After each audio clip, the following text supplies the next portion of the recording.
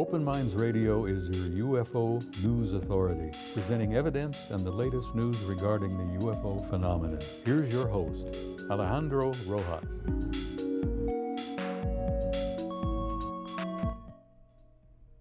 Hello and welcome to Open Minds Radio. I guess we're on.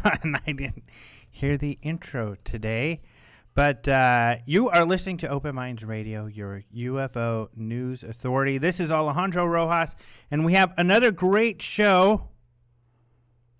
Today's guest is very special. Not that all of our guests aren't special, but today we have Ben Hansen. He's the team leader on the SyFy channel's Fact or Faked. I know a lot of people like this show. Some people get frustrated with it because they debunk some stuff, but we'll talk to him about that.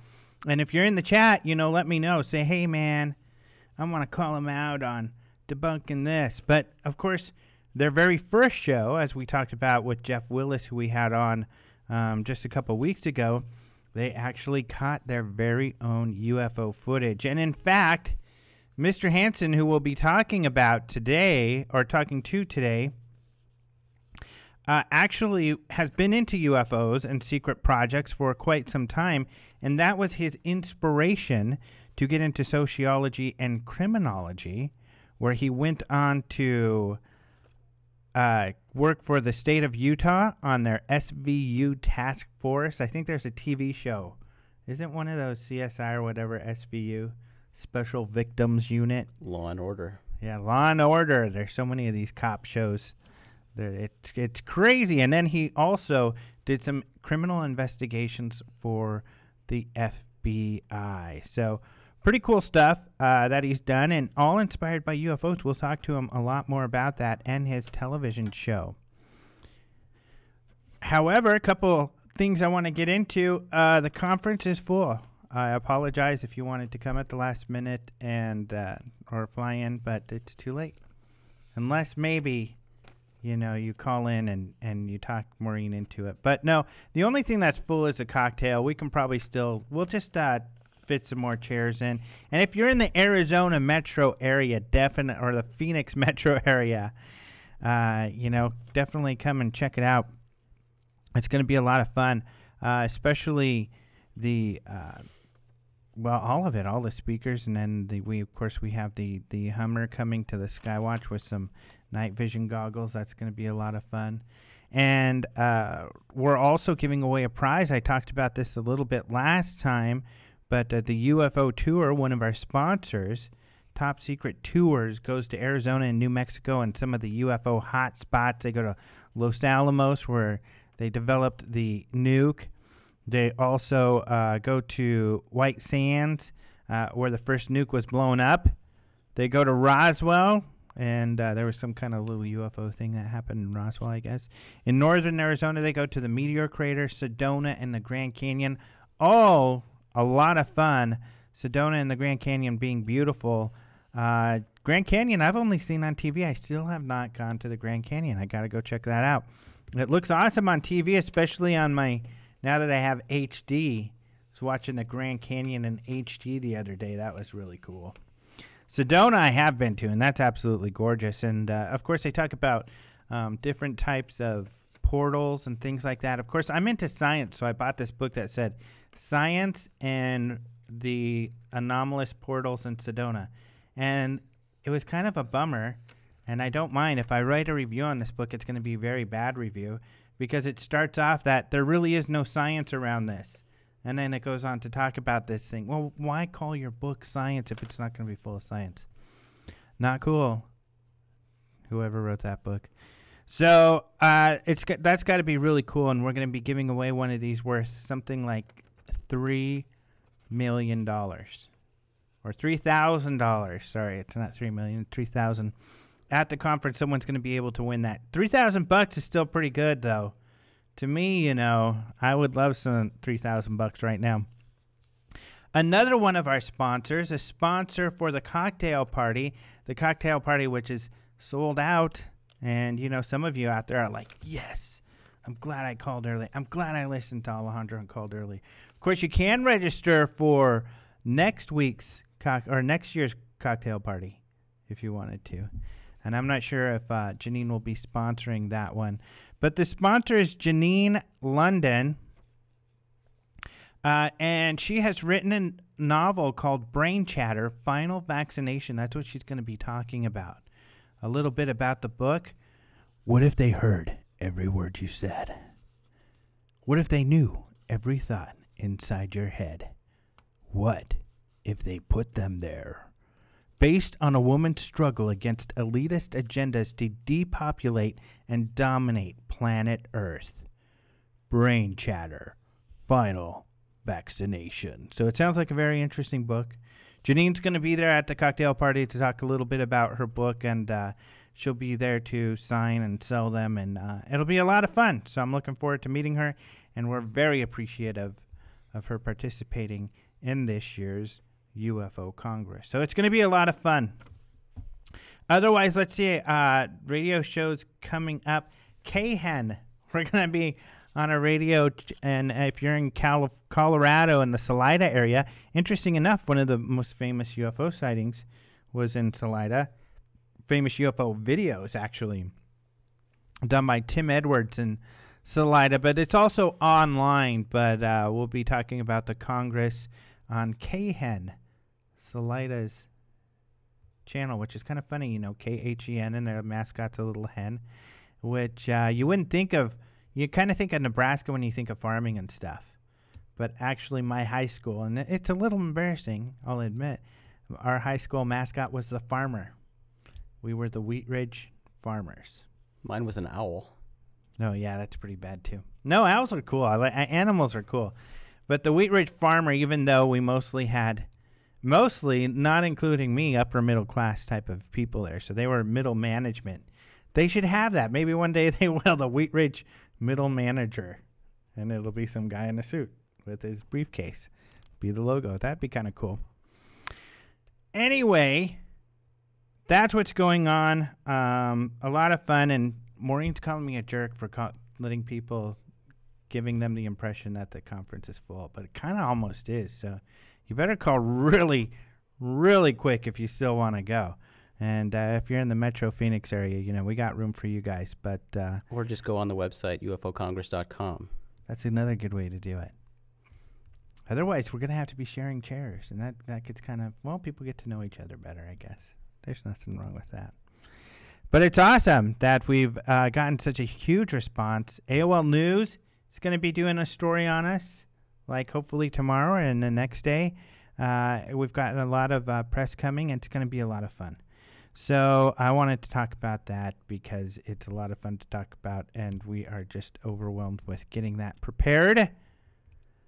And we're just full of excitement. I am, at least. Let us move on to openminds.tv and UFO news headlines.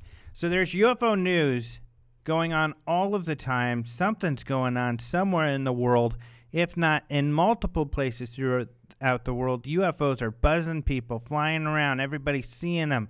They're freaking out, or they're like, oh, that's cool. You know, they're loving it. Either way, we give you the latest on UFO news. And on Open Minds Radio, we always have our news correspondent, Jason McClellan, to share the latest with us. Hello, Jason. How are you, Alejandro? Not bad. Excellent. You haven't been to the Grand Canyon, huh? No, I haven't yet. You know, I've lived here in Arizona for probably 28 years, and I've been once. Oh, my gosh. And you talk to really most Arizona natives, and you'll find quite a few who have never been. Wow. That's crazy. It's a tourist spot. You live here. You don't do a Arizona tourist thing. But in Colorado, I would. I'd go out and explore and go to all the places. You're an oddball. Maybe. I didn't ski, though. That was one weird thing. In Colorado, everybody thinks, oh, you're a snowboarder, right? That is pretty weird. An elite snowboarder. Atypical. But no, not me. Well, hello, everyone. This is your Open Minds News Brief for Monday, February 14th, 2011. It's Valentine's Day. And being that I'm here and my wife is at home, I guess that makes you my Valentine for the night, Alejandro. Jason, you're freaking me out. Well, it is pretty scary, but You know, I'll probably be in the doghouse when I get home for not being home on Valentine's. But I guess it could be worse. I could be, instead of in the doghouse, I could be kicked to the moon, but I think that'd be pretty cool. Yeah. And that could be coming very soon. Getting kicked to the moon? Yes, because the existence of caves on the moon has been speculated by scientists for years, but now NASA scientists have proof. NASA's Lunar Reconnaissance Orbiter successfully recorded an image of a lunar pit. And because the orbiter's position and the angle of the sun, this recorded image allows scientists to see into the lunar pit for the first time. On previous attempts to photograph the lunar pit, the images returned were too dark to make any concrete determinations. This fourth and most recent image provided scientists with the evidence to prove the existence of the lunar caves. According to the Daily Telegraph, this discovery could open the door to developing lunar bases because the pit is wide and deep enough to protect people from dangerous meteorite impacts, cosmic rays, and extreme temperature fluctuations.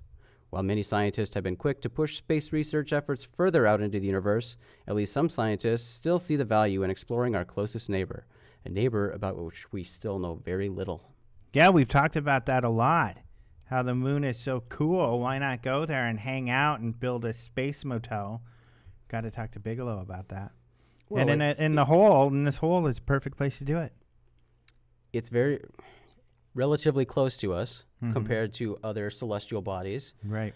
And, you know, so we can get there, and they keep finding new things about it. Yeah. The water, the ice on the moon, they blasted their rocket into it. And a lot of the interest, or some of the interest lately in the moon has been about mining, and I hope they don't mine the hell out of the moon. But building a hotel up there would be nice. Get a colony going on the moon. That would be awesome. I'd love that. I want to go to the moon, man. And it's the great next step, I think, to going even farther.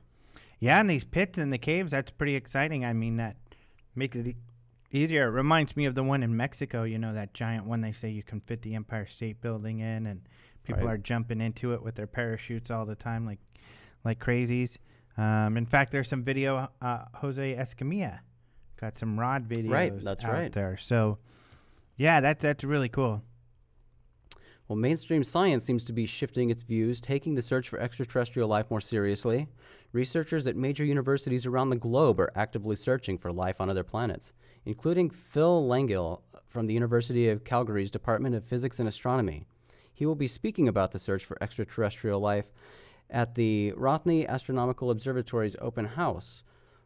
They have one this month, and they have them periodically where they invite the public to come in and see what the observatory is up to. And he discusses the technology and how current technology enables researchers to identify planets outside our solar system and identify planets that might be good candidates for supporting life. In response to NASA's recent discovery of microbes capable of modifying their DNA to live in arsenic-heavy environments, Langill states that scientists still need to start looking in other places, and we have got to be broader in our search because we don't understand completely. And we've talked about this too. People sort of brushing over planets in their search for planets that could have life because they're looking for life as we know it. Yeah. It's so exciting because there's no doubt to me that they're going to find life out. Eventually we'll find life in space, and it'll be in places we never expected, in ways we never expected, in places we thought it was impossible, because there's just so much we don't know. It reminds me, I was watching this show, I was watching Nature the other day, or no, maybe it wasn't Nature. Anyway, it was a show about sea life, and, you know, they go over all these different animals. The stingray, it does this, and we don't know why. The manatee, you know, only the males go out into the ocean and then come back. They don't know why the females don't. The whales, they don't know why they sing. All of these things where we don't know why they do what they do, you know, and we think we got it all figured out when we really don't. So it's pretty exciting also to hear, of course, scientists these days are all jumping on that extraterrestrial bandwagon where they're not afraid to talk about it and speculate, whereas it didn't seem to be that way, let's say, 10 years ago. Right. I mean, we hear a lot now with the discovery of new planets and new solar systems, with the highlighting of planets that could possibly be in the habitable zone of that star. But again, that's habitable based on life as we know it.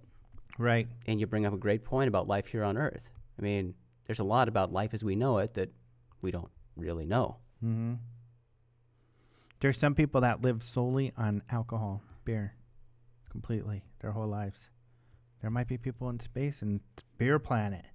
Beer planet. Yeah. I'm sure lots of people here would enjoy going to live there. Mm-hmm. Homer Simpson. There's a planet for everybody. Yep. Here's something kind of interesting. An anomalous signal was detected recently by a radio satellite utilized by SETI, the search for extraterrestrial intelligence. And we actually have this audio clip where you can hear the signal that was picked up by these radio satellites. Yeah. It's kind of cool. Let's see if we can hear that.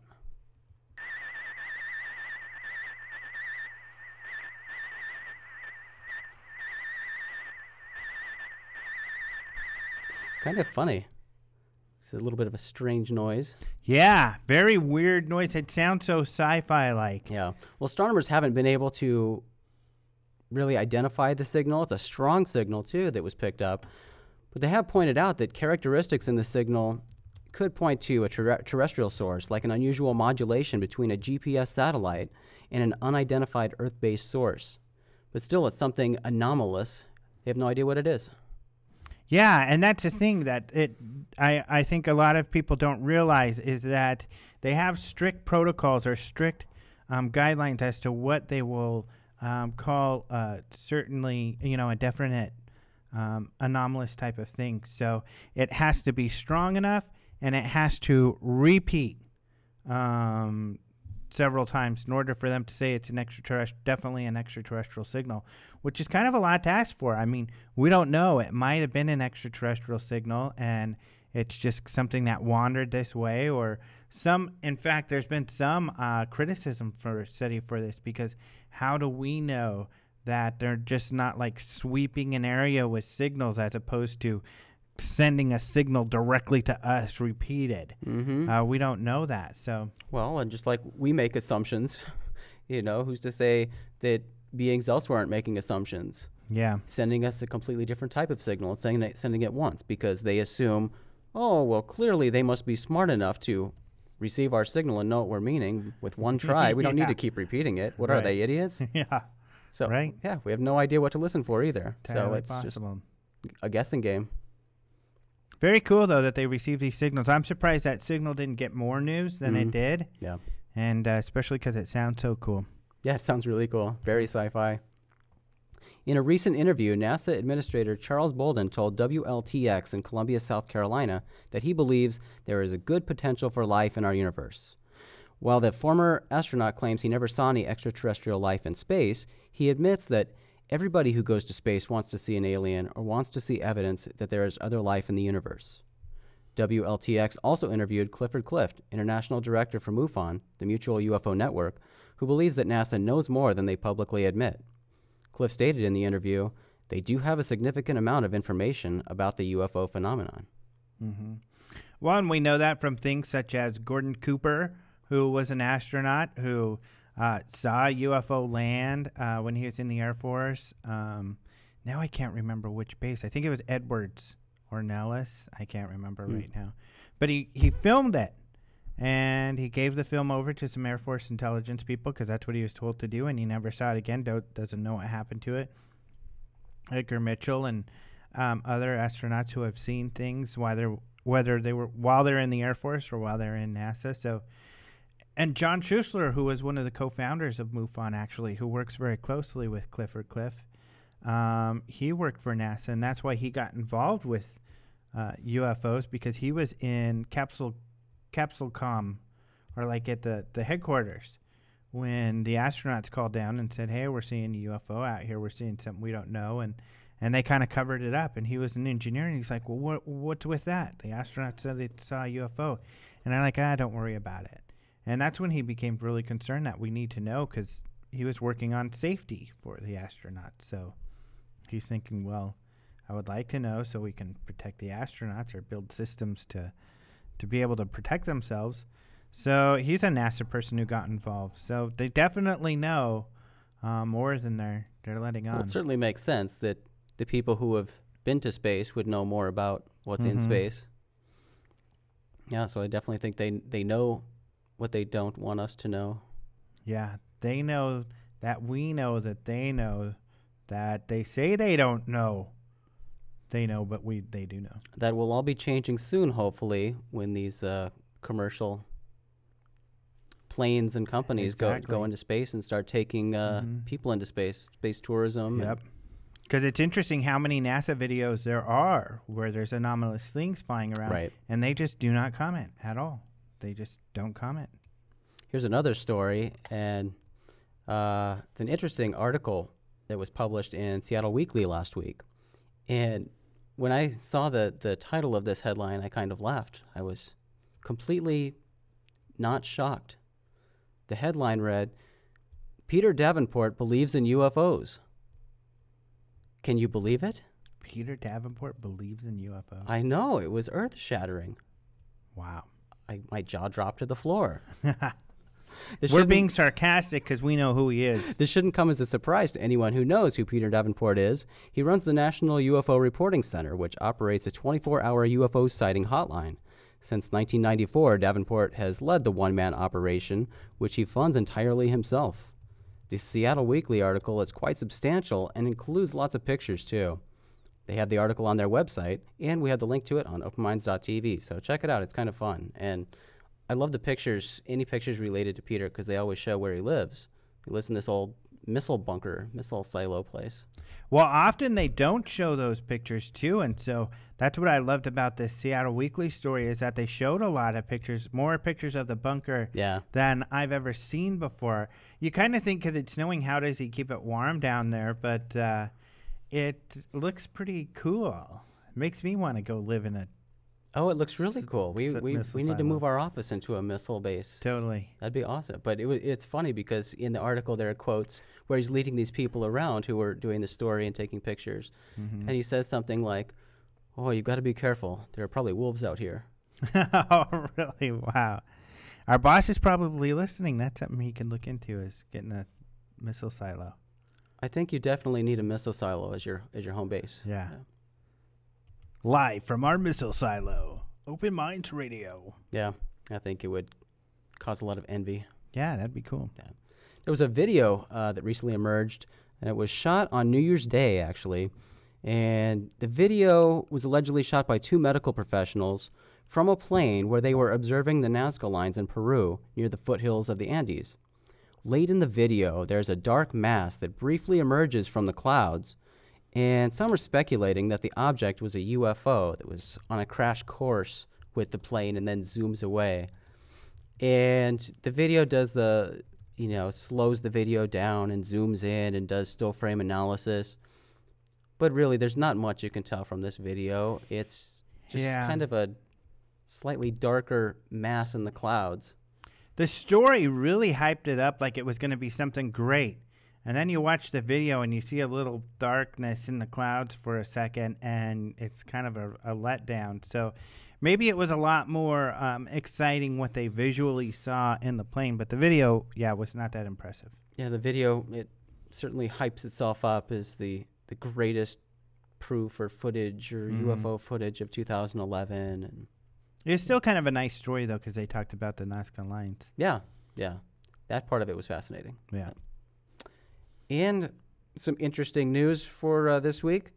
Jeff Peckman, the man behind the recent push to create an extraterrestrial affairs commission in Denver, Colorado, has thrown his hat into the Denver mayoral race. I've heard about that. And we wish him luck. The election is May 11th, so he's got a push ahead of him. Yeah, really interesting he's done that. One of the things that they make fun of him about was he tried to he did get this initiative on the ballot a few years ago where he wanted the city officials to have programs where they did some stress release type of things. I don't think that's such a bad idea, really.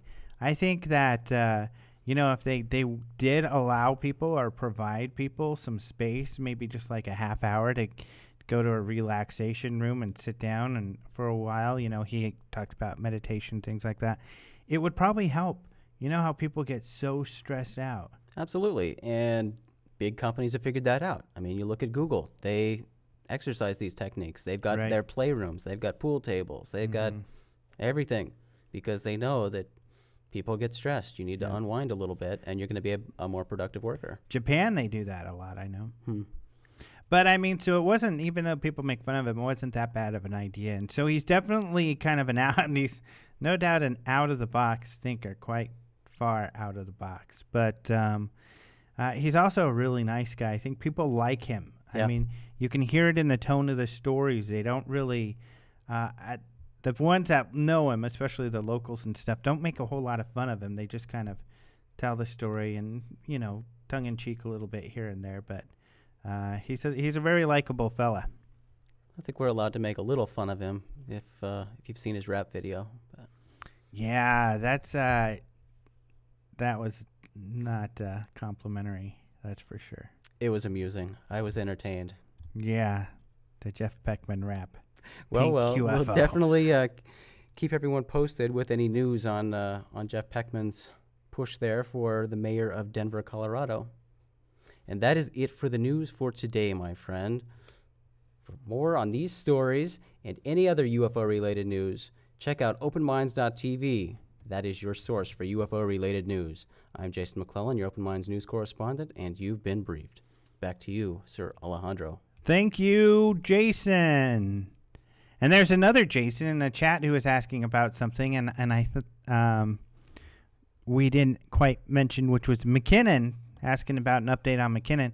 Not really an update to his case, unfortunately, but funny enough, David Gilmour of Pink Floyd, who we've talked about being a supporter of Gary McKinnon, it has paid his medical bills for him, so that was really nice. I mean, I'm sure McKinnon liked that. I think we talked about with Ross Hemsworth or something. I was talking about someone about that lately, of what his medical bills must be like. So that was really nice, and that's the latest we have. So interesting enough, even though this deadline has passed where they're supposed to decide whether or not they're going to extradite him, they have not figured that out yet. So I think they're really stalling on that. It ought to be interesting to see what happens there. So we also, a couple of the stories we do have a story. I wrote something on Jeff Beckman to give you a little bit more information about his bid to run for mayor and some of his campaign and his platform.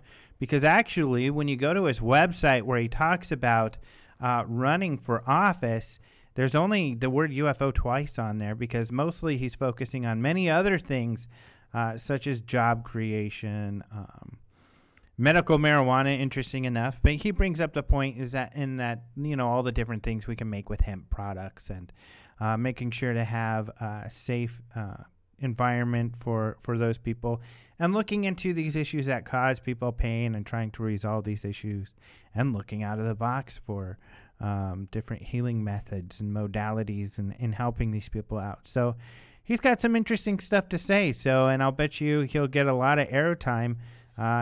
The Huffington Post already posted a story on it.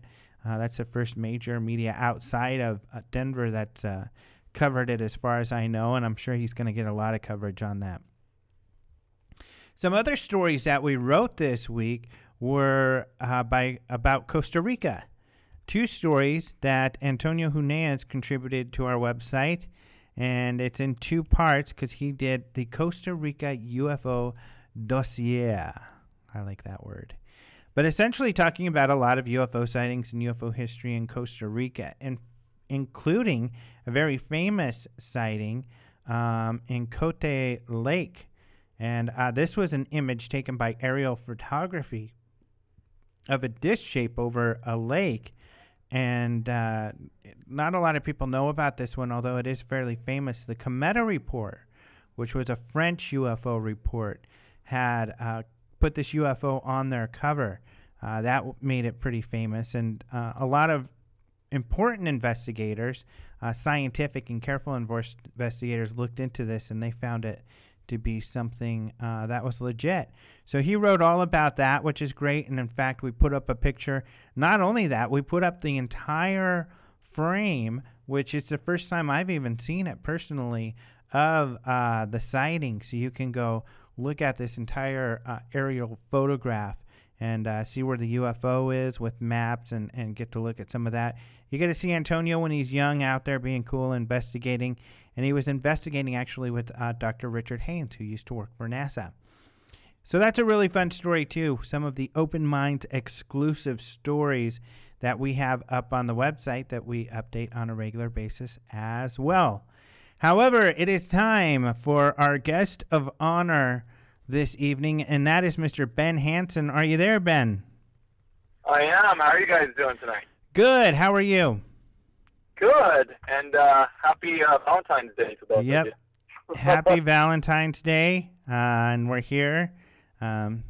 Luckily, the only one of us that has a spouse is Jason, so he's the only one that's going to be in trouble when he gets home.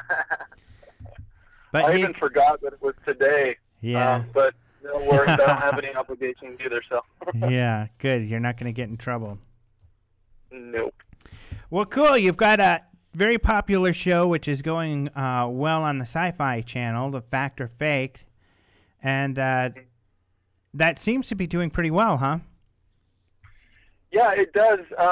We set some type of record. I don't know if it was the first half of last season.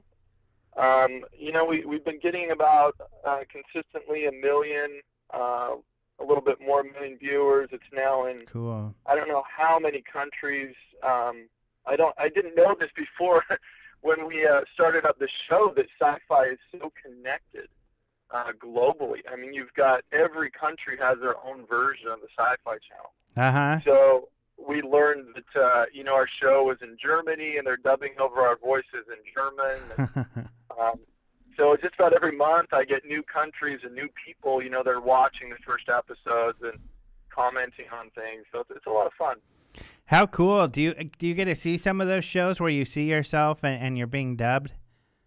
I've wanted to. I need to get a hold of someone over there in the Netherlands or something, because I want to see if they keep the same person doing your voice. Yeah. They switch it up, every episode. All right, yeah. Because they just go through people. Someone with a really high-pitched voice or something representing you. Right. Or maybe one person who just tries to make different sounding voices. Yeah, it's kind of funny. I mean, because they, I guess that's the way they do these shows. Instead of doing the subtitles, because a lot of them involve, night investigations, and the whole emotion of, I guess, hearing the people get excited in their own language is something they don't want to miss. Right, exactly. So how does it feel getting out to that many people? It's something I never really imagined. God, it's been such an adventure. It really has, because as you probably know, I came from a completely different background. I was in law enforcement, private, public agencies, doing other things as far as research and analysis as well. And to get into the whole entertainment world is very different. Mm-hmm. And it's not been ever an ambition of mine. It was just an opportunity that came open, and the passion for paranormal always has been. But, I tell people it's the strangest thing, because when I was in high school, I thought, my favorite show, it's kind of cliche, but my favorite was the X-Files. Mm-hmm. And I thought, how could I get a job investigating and doing that and have the paranormal and all, at once? And here I am doing that. Yeah, exactly. And with the entertainment factor, so you're actually getting it out to the public, getting it out to people. Right. And, I think that's the great thing about it is because, when we first, I'm not on the production side of things, but I helped kind of develop the concept of this show. And, I was really kind of disappointed, because ufology has always been my main interest. And, when you had UFO hunters that went off the air, you've got ancient aliens, I think, still going. But and every now and then a documentary, but unsolved mysteries, all those that really dealt with the subject disappeared. Right. And so it was kind of my, contribution to bring back a lot of UFO cases. Cool. And so I think just by bringing the subject up and getting it out there, it, in its way is very valuable to the field. Yeah.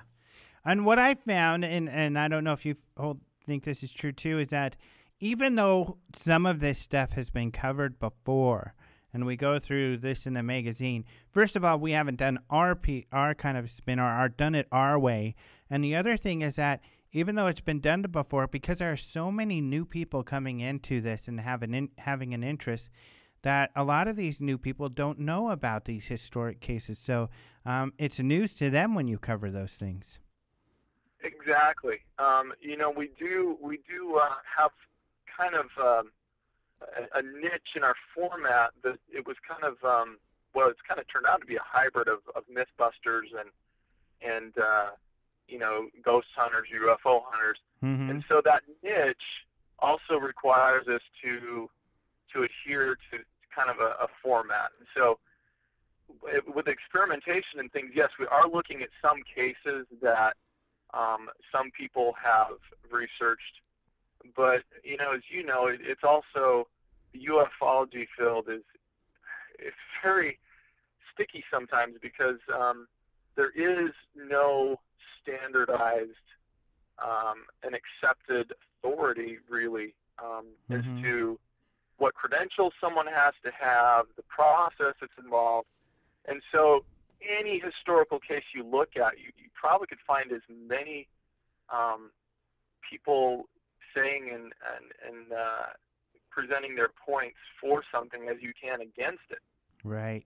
So when we get in there, and you figure in the time that we have to present something in half an hour, it's kind of like being a chef. I mean, you're taking all the information, you have to give everyone the background on the history, then present what we're doing there, our experiments, and then sum it up. So you're dicing and cutting it and serving it to people to let them decide. Right.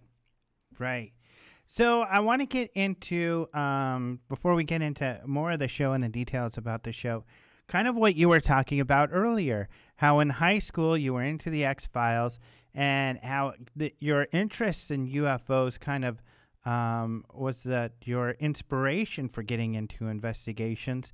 But what got you into UFOs? Did you have a sighting when you were younger, or what was the stuff that you were seeing that really got you into the subject? Well, as I thought back, I think the first time I was introduced to it was, I believe I was 8 or 10 years old. I'm 33 now, so if someone can do the math, I don't remember when ET came out, but sometime around then, and I remember watching that and being fascinated by the possibility of life on other planets and wanted to know more about it. Well, by the time I was about 12, my dad was bringing me books like Communion and Project Blue Book, and it kind of heavy reading for someone at that age, and I was kind of so, I was heavily involved in sports, but I had my little side hobbies I didn't want anyone to know about. I kind of hide my books from my friends, and like, what do you read about UFOs? And anyways, it also kind of scared me. I mean, I would put these books away after a while because it was such a mind-blowing subject that there was a period there where I really didn't do much with it until I was about 14, and I started hearing about Area 51 and the articles in Popular Mechanics, and my dad was kind of like my buddy through all this, and I realized later why he was feeding me, these books and things, is because we share this common interest. Now, I did have, and we've only been in the past probably 10 years, my grandfather, who he passed away of prostate cancer, which spread, and he's a war veteran, and at any rate, I found out during the years of probably about 1964 and through the late 60s to 69 or so, and then a little bit in the 70s and 80s. He was a civil engineer at Wright-Patterson. And I grew up in Utah, so he worked primarily at Hill Air Force Base up there. His specialty, get this, he was the maintenance operator and a designer of underground hangar systems. Wow. So, yeah, and I finally, you know, when I started getting into this with my dad, and we were, you know, later years when my grandfather was getting really sick, my dad started kind of prodding him to see if he knew anything, because this was a big subject on all the TV shows, and Right.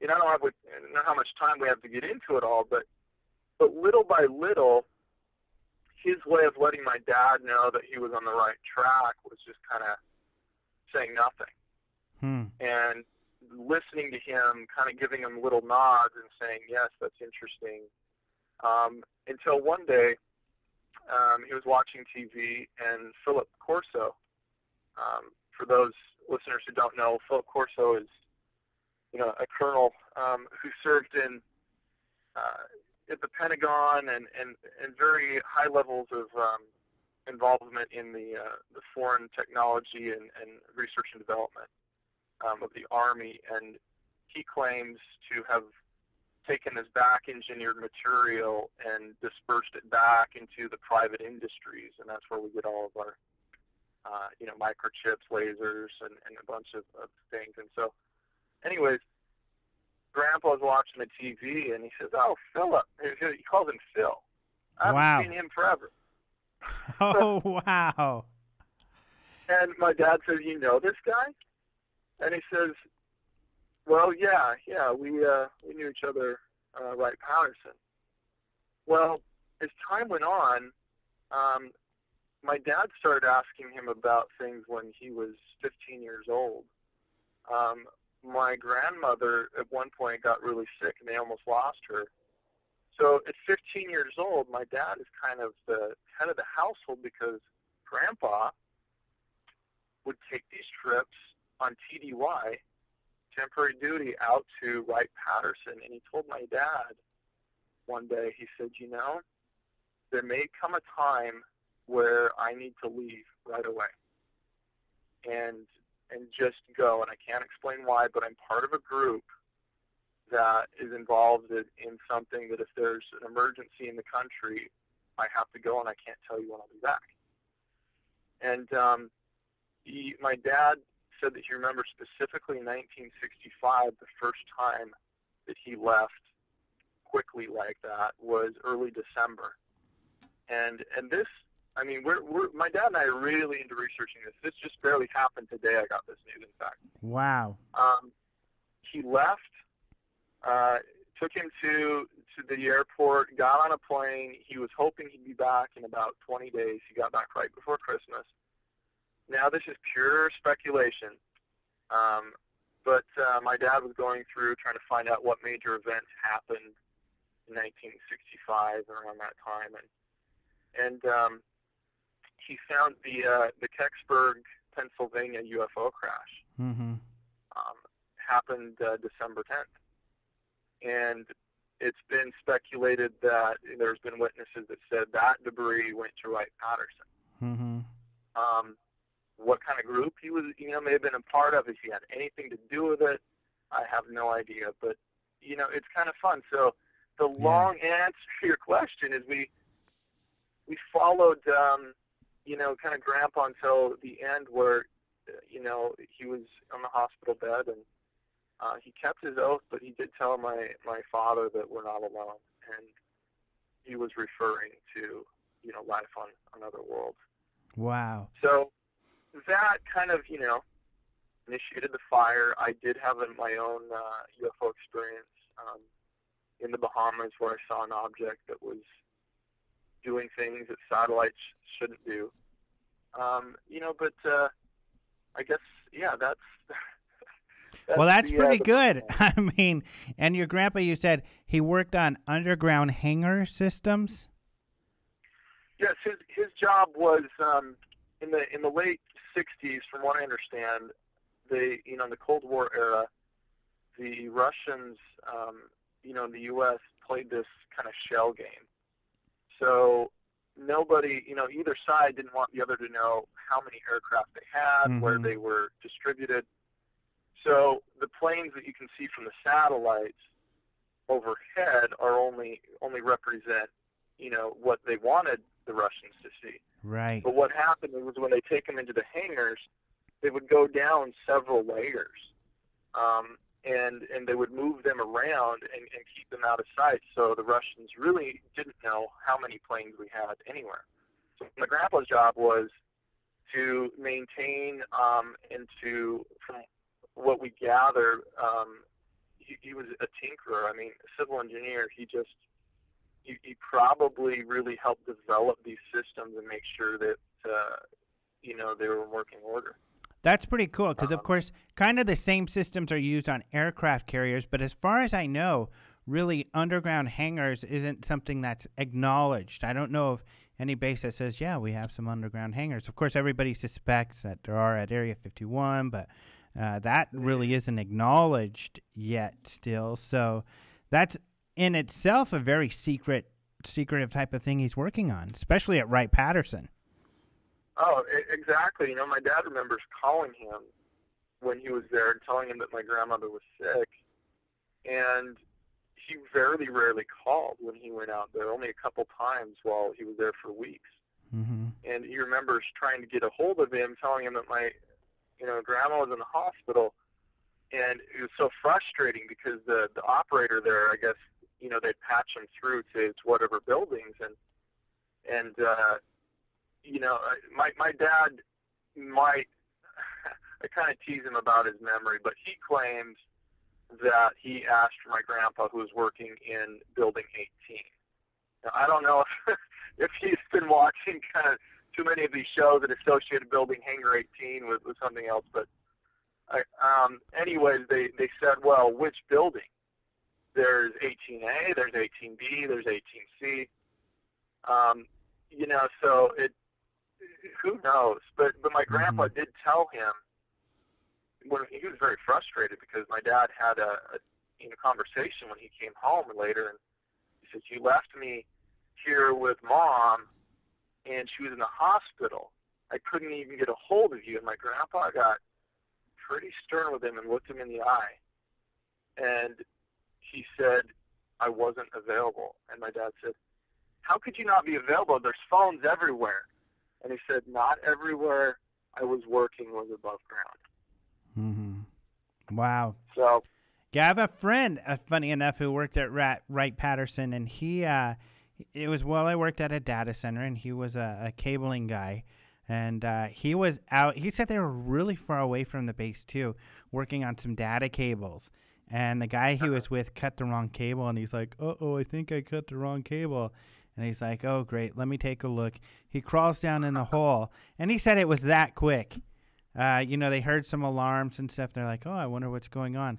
And within like a few seconds, this hole they're in is surrounded by guys with guns, and they're like, "What the hell are you guys doing?" It would, because the security's so tight, and who knows what line they cut. But yeah, Wright-Patterson's a real deal. I mean, that's a very secretive base. You probably know about Curtis LeMay and the comments he made with Barry Goldwater.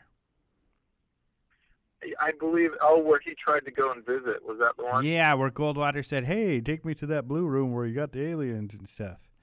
And right. LeMay, was his friend, told him, "Hey, don't ever talk about that again," and got really upset with him. Right.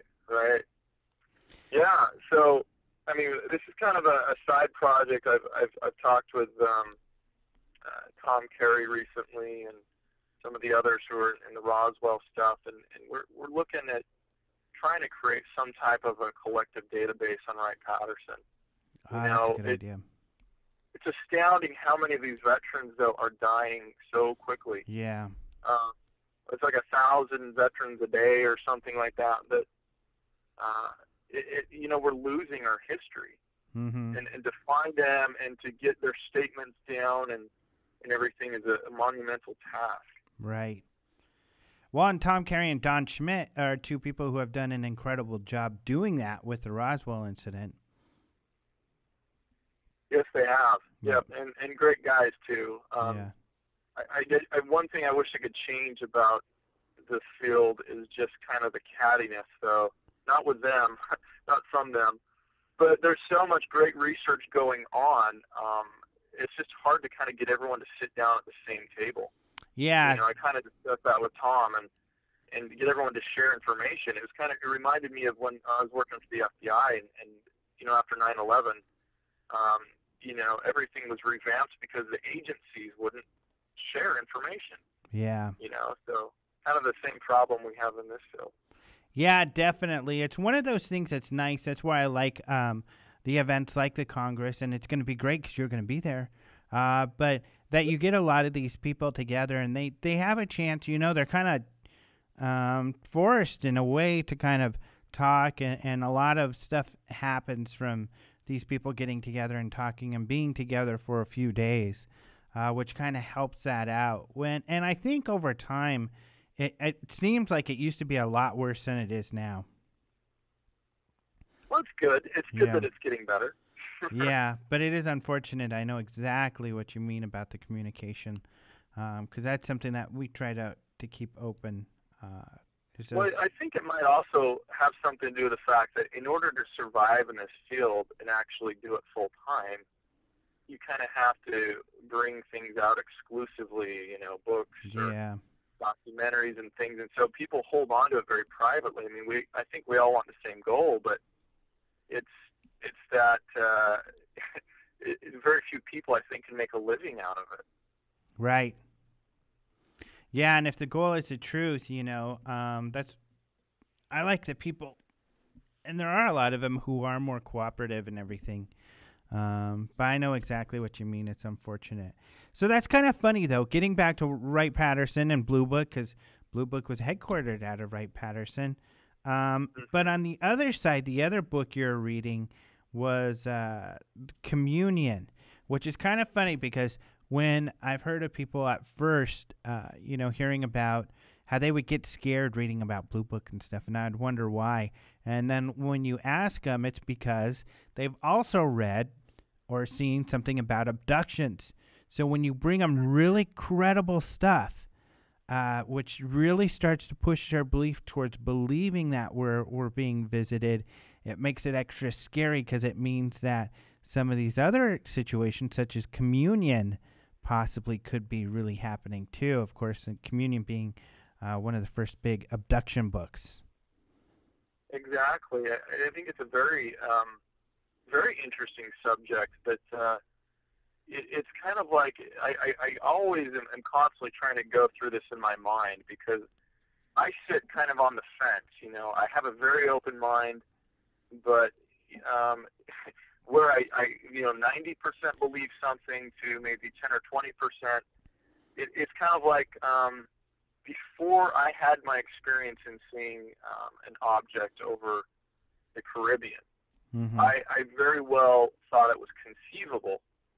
But after I saw it, then I said, well, now I can't really easily discount anybody's story as far as it goes to, seeing objects. And then, with abduction stories, I thought, okay, well, maybe they just came, they just visited, maybe that's it. Maybe we haven't actually had, third-kind contact or anything. But then I talked with, somebody who's become a great friend of mine, Travis Walton, from Fire in the Sky. And this guy is so believable. And I think I'm a pretty good judge of deception and, picking up on cues and asking the right questions. And, I believe this guy had an actual experience. And so I think somebody who's new to the subject kind of approaches it probably like I did in degrees. And until you maybe have your own confirmation, you might think it's possible, but everyone, kind of like, okay, I believe this, but I won't believe that. So it is very interesting how that works. Yeah, I was the same way. When I joined MUFON to investigate, I was very skeptical of abductions until I started meeting these people and having an open mind and listening. And then, I found some extraordinary things, such as that a lot of these people really do have lots of UFO sightings, more than most people. And I had a couple sightings with some of these people. So, like you say, then how do you disregard everything else? And Travis Walton is another one. Like you said, that's what's great. And, hopefully people can come to the Congress. If you haven't met Travis Walton, he's definitely someone you want to meet. Because like you said, he is so down-to-earth, regular guy. When I met him, he was still just kind of coming out to talk. Well, I mean, he had talked a lot. Then he became a recluse and didn't want to talk about it. And when I met him, it was like one of the first talks he had done in a really long time. And he was still kind of like, I don't like talking about it. People ask me all these questions. I don't want to remember what happened. And they're asking me, did this happen? Did that happen? And I don't know what happened to me. All I can say is what I remember. And so that even is more genuine. You can tell this guy isn't looking for spotlight. And he's not looking to make assumptions about what happened to him. He doesn't know exactly who these things were that he experienced. But exactly. I think that says a lot because, he only, if in fact you read his book, it differs greatly from the movie in the abduction part. And he himself only uses the word aliens even and things like that because it's the nomenclature or culture that people understand. And so he, actually, let's see, when was it? November. We went back, and he hadn't been to the site in over 4 years. And through a friend of mine, I met him, and he took us up on the offer and took us to the exact location where it happened. And through the whole time, I was observing everything about him. And it's only kind of something you can see, like you're saying, like face to face, because he's relatively shy. He's not someone who wants to draw attention to himself. He doesn't fit the typical abductee. He's very, I don't know, it's kind of hard to put your finger on. You know what I'm talking about, but he only became a celebrity and came out because his story was international by the time he came back. Right. After being gone, the story was already out there. Otherwise, I don't think he would have ever talked to anyone about it. Right. Yeah, he was on, I don't know if you saw it, but he was on NBC Today show on Saturday. They did a piece. Yeah, it's online. You can go Google it, and they did a great job. It was really good. Oh, cool. Yeah. It's good that he's back out there, and, we've been talking about different ways that we can, although Fire in the Sky got the subject out, I would love to see, like he would, a documentary or something. Yeah. Really kind of just based on the facts. And exactly. That would be great.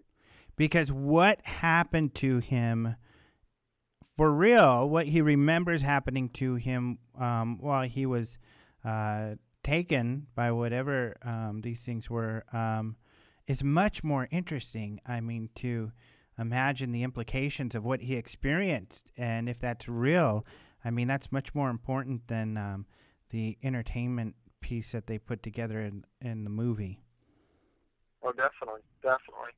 And and he's also very understanding to how it was treated in the movie, and I just love his book because he's a very articulate and academic in taking a look at all sides, and he understands, if nothing else, to get the story out, you kind of have to put it in that vehicle of Hollywood and, make it creepy and scary and everything. And the story's out there, but now he's just trying to set the record straight. Yep.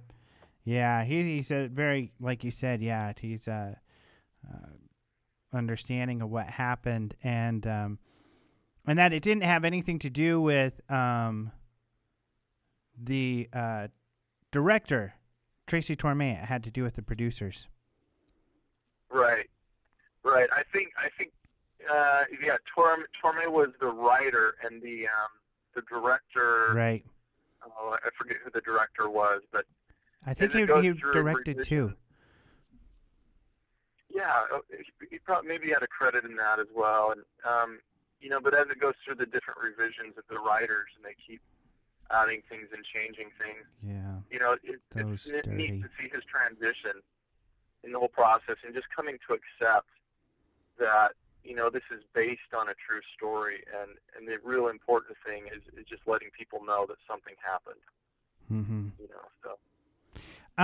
I wanted to ask you then. It's kind of funny how you talked about you were a fan of the X-Files. You know, you were into this stuff like we've talked about, you know, with your grandfather, and obviously it was a part of your life growing up. So you really wanted to be Fox Mulder, investigating this kind of paranormal stuff. When you were in the FBI and working for Utah, did you ever kind of ask around? Were you like, hey, can I join the X-Files or something? You know, did you kind of... Probably rough. Well, as you can imagine, there's things I can't talk about. Most of it I can't talk about. I was curious, though, definitely. It is funny that, you know, they're in the behavioral science unit. They have pictures of the staff, and, you know, they're in the academy, and they have one little picture where they have an alien face. It's kind of, I guess, a little joke to them because I think that's where Mulder was supposed to come from, was the behavioral science unit or something. Oh, really? How yeah, funny. I probably heard more outside, though, of the dealings and involvement there from other people than I did on the inside. So, yeah, it's I think, you know, if anyone wants to know about any of that stuff, there's lots of documents, you know, that the agency themselves have released on their website through the FOIA, Freedom of Information Act. And one of the big files. Go ahead. Sorry. Oh, I was just going to say Hoover and his interest in it as well is pretty well known. Yep. And then one of the big FBI files you can find investigating the paranormal is into cattle mutilations. Right. And definitely, that's no secret that they were, you know, the 70s did a formal investigation. Yeah. Yeah, which was really interesting. And I know you guys did an episode on that, and I've only seen parts of it, but my buddy Chuck Zukowski was in it with you guys, showing some of the recent cases in Colorado. Uh-huh. He was, and I wasn't on that case with them. Okay. I don't know. I heard he's just an amazing, great guy to work with. I think we even consulted with Linda Moulton Howe, who eventually didn't have, I think, anything in the show with her. We didn't interview her or anything, but we talked to her because, you know, Chuck and Linda, and that's their, you know, whole area of expertise. The particular case, though, and like I said, sometimes these things get whittled down because of time. Particular case, I think in summary, we could say, though, that particular one was interesting because it didn't seem to fit the, I guess, normal profile for, you know, mutilation case. It didn't have the tell signs. And we were showing different ways that, I believe in that one, they took kind of a leather bladder which they filled with air and showed that these, you know, gases that are trapped after an animal dies can explode a cavity and create similar tears. Mm-hmm. But, you know, we always get a lot of feedback from different people, and some people were thinking that we were insinuating that all cases are explained that way, and which is not so. It was just in that particular case.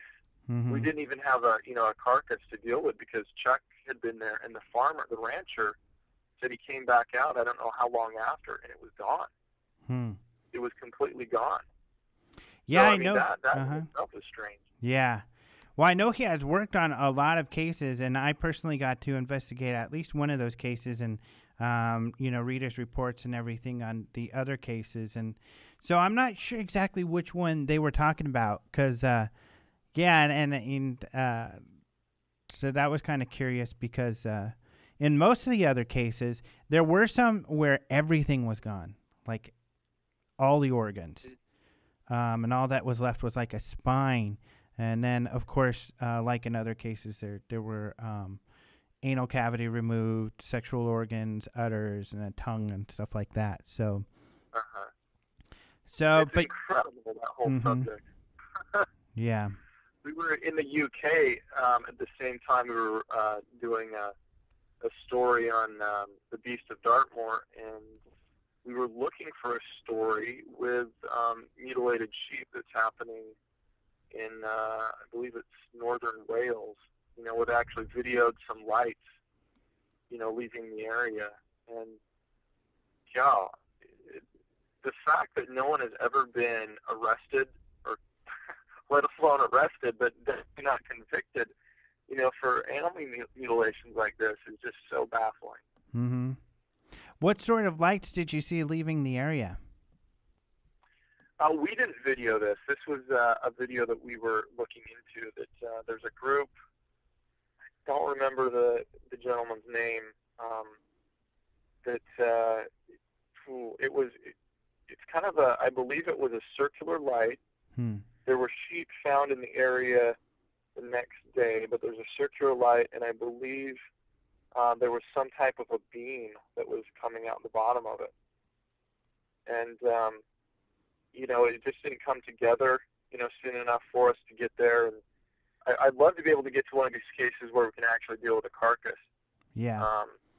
It's kind of hard, though, when, yeah. You've got approvals, and, working in entertainment, getting a story all set up, the location and everything like that, takes a little bit of time.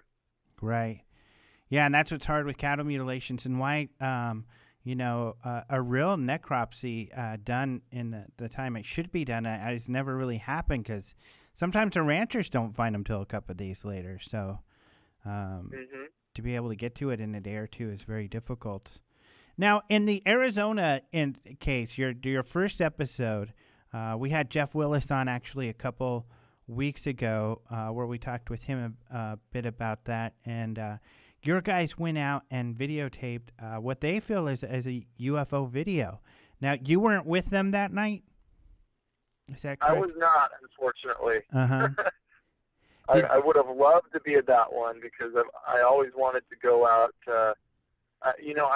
I feel bad because Bill, Larry, all those who were on that case are either out of the country. Larry's on a honeymoon right now. So I was trying to get a hold of them, trying to get some specific information. But no, I wasn't with them, but I do know more or less what happened. Mm-hmm. They went out and, interviewed Jeff. They conducted their experiments. At this point, they were feeling like, if you wanted to hoax this video, you probably could have done it there, without much trouble. But that's the case with a lot of different videos. It doesn't mean that it was hoaxed. They didn't find anything significant at all that would have indicated that Jeff was being deceptive, though. And so they did a night investigation, and our producer actually owns the production company, was out there. Now, this guy is a big skeptic. Mm-hmm. And I'm trying to get him into UFOs because he just will shoot you down kind of right and left, because he just doesn't really, I guess, even have that open mind to go there. But anyways, while they were on the ground looking, one of the theories, of course, is for you guys out there in Arizona, what's the first thing people say? Flares, right? Right. Military flares, Phoenix lights were flares. Everyone, that's the official response. Well, they were out there with metal detectors. They were out there with infrared cameras and things, trying to look around the ground in the very area where, Jeff had been filming, to see if by chance there was any sort of debris, the chemicals that they look for when, I can't remember off the top of my head, strontium or something, that the flares are made of, when all of a sudden they captured on one of the infrared cameras this object that was pretty far distant, but it was traveling at such a rate that, you know, Larry called out to the others. Our producer was there. They, you know, the footage that you see in the show came from the locked-off infrared camera. Now, it's not a thermal imager. We do use those now for locked-off shots, but this was just your standard infrared camera. And I'm trying to picture it in my head. I believe it traveled from right to left. And then you see, what you don't see is off frame, it made this 180 almost and came back the opposite direction extremely fast. Mm-hmm. And they were all just blown away with it. I mean, it didn't resemble or behave in the way of the lights that Jeff was, but it made no sound. It, you know, all the probably, there had to have been at least 10 crew, you know, plus our team that was out there, that no one had ever seen anything like this before. No one could explain it. So what did your skeptical producer say about that? Well, I think he gave an interview afterwards, and he even talks about, I don't know what it was. I know that it wasn't a plane, you know, but I don't know. We're kind of winning him over a little bit. Was he on the show then? Do you mean on the show, like on the camera? Producer? Yeah, on camera at all? No. He's not on camera. Yeah, because everybody was really excited they had on camera. That was kind of neat. Yeah, it is. And when you're able to do something like that, it's like whether we're investigating a ghost case or UFO, it's just icing on the cake. Mm-hmm. You know, because it is difficult under time restraints and things to be out somewhere and to hope that you're going to capture something on film. Right. What investigations have you been on that you've that have kind of floored you? Well, the ones that I've been on kind of deal with the ones that I've seen things I can't explain are probably the ghost cases. Mm-hmm. More and more we're doing historic UFO things. We're going back, you know, several years now. Kind of a little plug for what's coming up. On March 23rd, our first case involves the Battle of L.A. Mm-hmm. And I really wanted to see this one, you know, go longer, and we might do that in the future and have, you know, hour-long shows. Because this is just so, you know, historic, 1942. And it's really interesting, some of the things that we uncovered, some of the, I guess without giving away too much, the possibilities, I guess I should say, that I never considered when I had looked into this case before. Gotcha. That's pretty cool. It's a big case, of course, just in time, or at least when it comes out, I guess it'll be, or just in time possibly for the movie, Battle L.A. Yeah, we didn't even know that the movie was coming out. Oh, really? Until we had started the research and production on this episode. Mm-hmm. So it's paired up with a case of the Queen Mary in Long Beach. There's a ghost video, and then we have the historic photograph of 1942 that we're looking into, and we've talked to.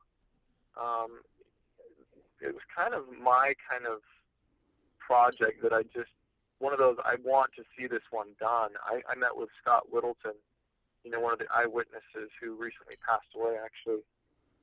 Early in the year, I met with him and got his firsthand account when he was, I believe, 8 years old, and what he saw. And we were going to use him as one of the witnesses, and we called up his wife, called his home, and his wife answered and said that he just passed away. It's hard to find eyewitnesses, right? You know, to that story anymore. Mm-hmm. But it's action packed. I don't want to get in trouble, like I said, for giving stuff away, Right. but let me just say this. We attempt to shoot some artillery into the air. Oh, So, wow. How it was a lot of funny. fun. Cool. Yeah, that would be. That's the hard part, though, with trying to do kind of the ghost hunter thing with UFOs. You can't really do that.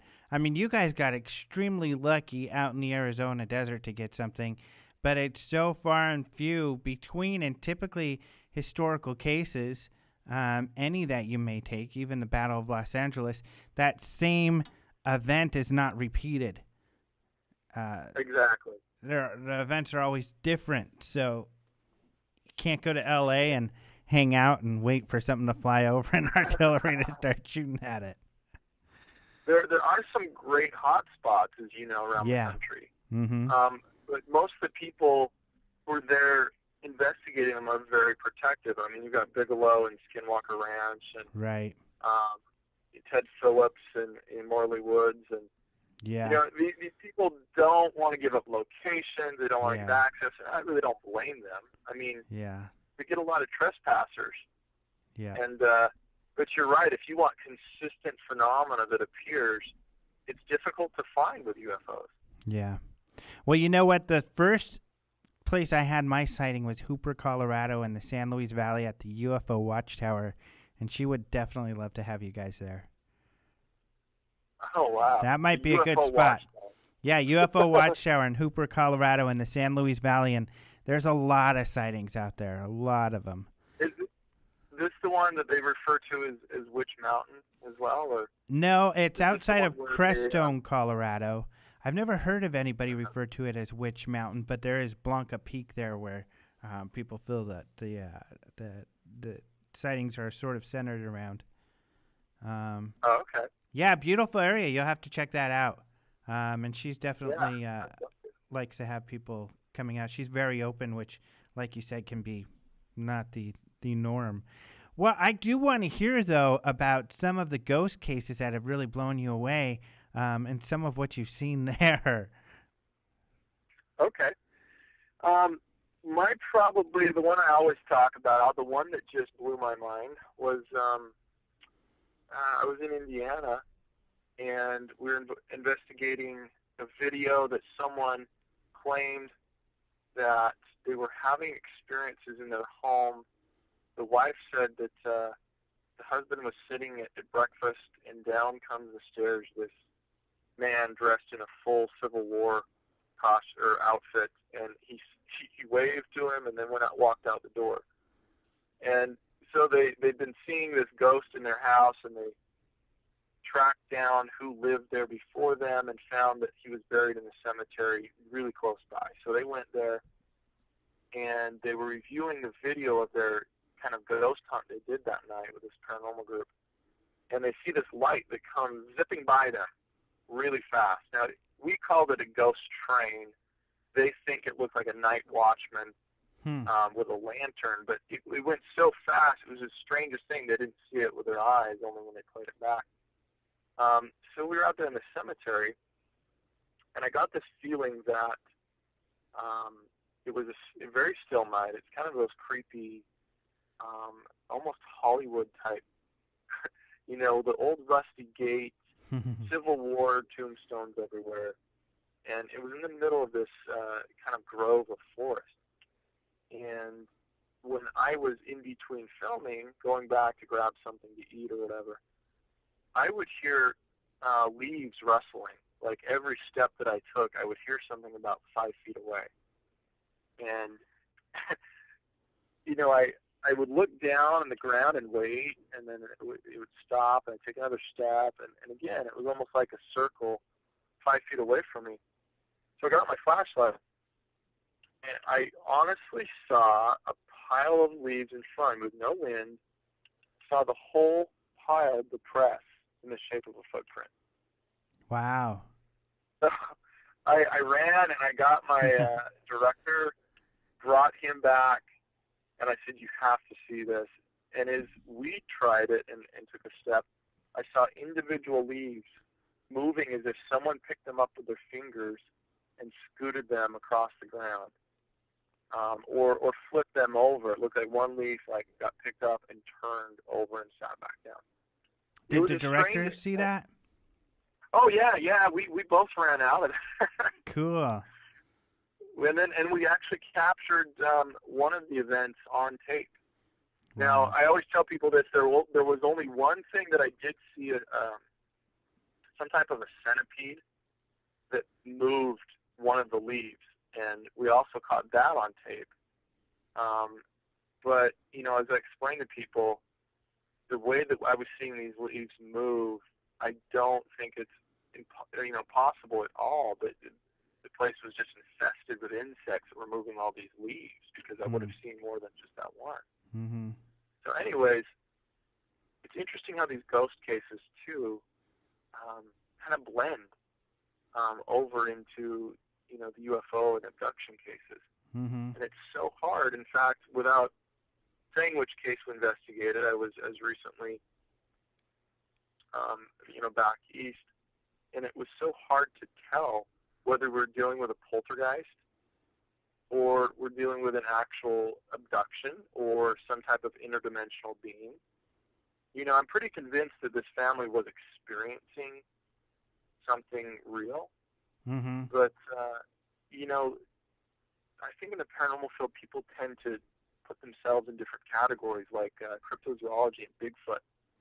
They want to be over here and be dealing with living, breathing animals. They don't want to be blended with UFOs. Right. But there's a lot of evidence coming out that it's possible, these Bigfoot sightings do have something to do with UFOs. Mm-hmm. So, I don't know. It's kind of fun to see all sides of it. Yeah, it's interesting looking back in the files, and exactly what you're talking about, where, and I think it was David Perkins, one of the people who was the first to kind of say, hey, we got to quit leaving stuff out, because the Bigfoot people were leaving out when the people said, oh, I saw this creature, and then that night I also saw a bright light flash by, or vice versa. Uh-huh. The guys would go out and take a UFO report and then omit it when they said, yeah, and I think I saw this upright, hairy beast walking through the forest also, where, it's starting to say, hey, we need to be sure that we're including on either side every weirdness that happens during these investigations. Uh-huh. Especially, Yep, it's it's a difficult thing, because we all have to work to try and get past our agenda. Mm-hmm. And whether we're trying to prove or debunk something, to try to get to that neutral place and to have our mind open to all the possibilities. Mm-hmm. Is there something that really, as being part of this show, some sort of phenomena that you're more open to than you were prior to working on the show, or vice versa? Yeah, I was really afraid, I guess, to admit that I had any belief in kind of this interdimensional type thing, and I still don't know where I stand on it until, I maybe actually see something for myself. Mm-hmm. But if I think about it, I have a strong belief in the afterlife, and I have a strong belief that there's life on other planets. Mm-hmm. So this idea that some, I guess, entities or spirits can pass in between and using some type of, dimension, travel or something, that really, kind of bothered me. Mm-hmm. But some of these cryptid cases, I think, have kind of opened my eyes, and some of the abduction cases that are kind of in the middle between poltergeist and abduction, there's something going on, something there that is really interesting. And I think our technology is just starting to catch up to be able to actually document some of this. Mm-hmm. That's exciting. Yeah, and, I agree that, if you're going to keep an open mind, you really got to keep an open mind to any of these possibilities, which is, it's been great. Jacques Vallée, who is one of the first researchers to talk about, the interdimensionality side possibly being a part of all of this, and he caught some heck for that. But now that he's been a little more active and written his recent book about historical situations that could fit in that category as well, you can't discount that possibility. No, you can't. You can't. And then you have the other extreme, which, I'm considering actually trying to maybe write a book on my thoughts about this. But the other extreme is believing everything that happens and everything you see, and without applying a scientific process, basically, it cancels it out. If you believe in everything, then really you believe in nothing. So it can't all That's be very true. Zen. Believe me, I spend a lot of time thinking about this when I'm traveling on the plane. Oh, I know what you mean, because I feel that way too. The people who believe in everything, I like to ask, well, how can you believe in these things that are contradictory, Of course, even in this field, a lot of this stuff is really dogmatic. There's the people who believe this is what's going on with the UFOs and ETs, and that's it. And there's another group that feels that they have the answer, which is totally different than these guys. And some people who believe everybody, including both of these groups, and it's like, well, how can you believe it's all of these things at once? You got to have at least some discernment. Well, then that's why the detractors, of the field are, they bash on them for not applying science, and that science can never be used to study this because, it is elusive, but we have to try. I mean, if it's ever going to be accepted as a legitimate field, studied at universities and accepted, then you have to do your very best to try. Yeah. It's, yep. It's, I know we don't have much time either, but I spend a lot of my contemplating, thinking about technology because, that's kind of what the whole show is about, really. We are able, in our day and time, to have at our fingertips cell phones. Nearly every cell phone has a camera, camcorders. Everywhere we go now, I think this increase in UFO sightings might have a lot to do with the fact that we just have the technology to capture it. But technology can be our greatest friend and our worst enemy. Mm-hmm. Because if you look at YouTube or online and see all of these videos, I mean, look at the famous case we have now in Jerusalem. Right. These lights. People have become so desensitized to seeing, alien movies or hoax videos that people have made, which are so easy to make. Yeah. You can get into After Effects and do something, erase the exif file, and then claim that the original video is gone. Right. And so the person's left thinking, well, what now? Yeah. They're so easy to make that there's this disconnect, I think, because I've always maintained we're out of you time. could land a UFO. What's that? We are pretty much out of time. Sorry about that. Shoot. Yeah. Okay. No, but I know what you're talking about because we talk about that same thing very often. So it's going to be a lot of fun to see you at the UFO Congress next week. You'll be there to talk to people and kind of sign autographs and things for a couple days? I will. If filming Awesome. schedule is as is, I will be there from Wednesday, probably Saturday. Awesome. Well, it'll be fun to see you there, and we'll get to talk some more because it's kind of fun getting into these investigations. You kind of have the same ideas and everything. So we're really excited to meet you, and thank you so much for being on the show. Thank you for having me. Appreciate it. Talk to you later. All right, that was Okay. a lot of fun to have Ben on the show. Next week, we're going to have Stan Romanek, who's also going to be at the Congress, and we're going to try to bring him on the video, too, so you'll have to check that out. But anyway, thank you for being here to listen to Open Minds Radio, your UFO news. Be sure to check out openminds.tv for the latest in UFO info, and we will talk to you next week. Adios, muchachos.